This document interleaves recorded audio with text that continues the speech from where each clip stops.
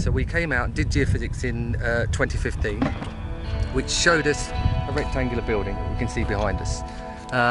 So we thought, well, that would prompt us, and why not take the opportunity then to start up a community excavation and invite people on again and start things moving in the area. So this is our second season, and as you can see behind us, we have a Roman barn, and we're working our way down the levels. The earlier building is definitely a work area. What you want to do is have a walk around the internal building at some point and have a good look at those. We've got charcoal filled flue type features leading to oven type features, which we've half sectioned there, but there's a lot of them.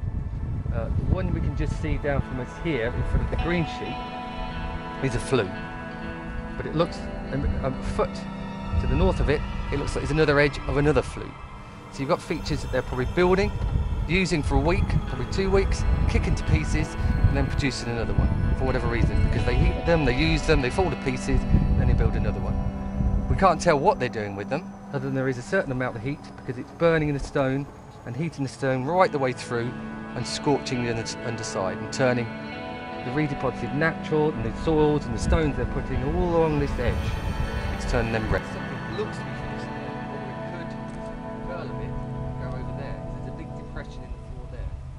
But we've got so much preservation of floor there, because with this is when you come up to coming into 3rd century and then into 4th, you have that change in building idea. So what they're going from is a rubble-filled foundation.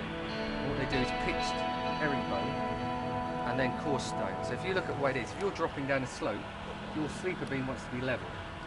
What they tend to do is just go with the slope, and every now and again you pitch one up. Pitching that up takes that next course up to that.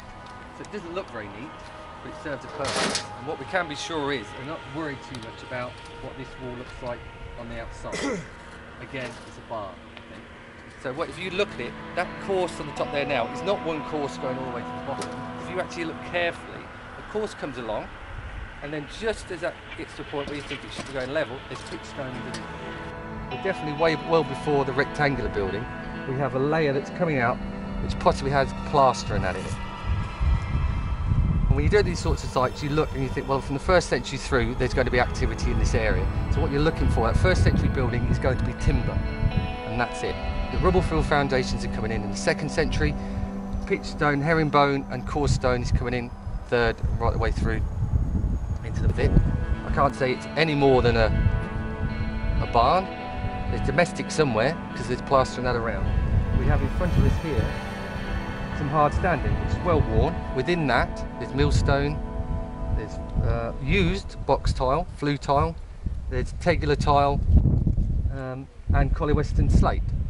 And then all the burnt stone and whatever else is chucked in there. Mortar, and it's higher up than the levels that we've been talking about. These buildings that they're probably building down here with this redeposited natural, and the earthen layer underneath that, which is littered with early to mid 2nd century stuff. So we've got a later phase that we have to try and associate something with. Maybe that's to do with that barn.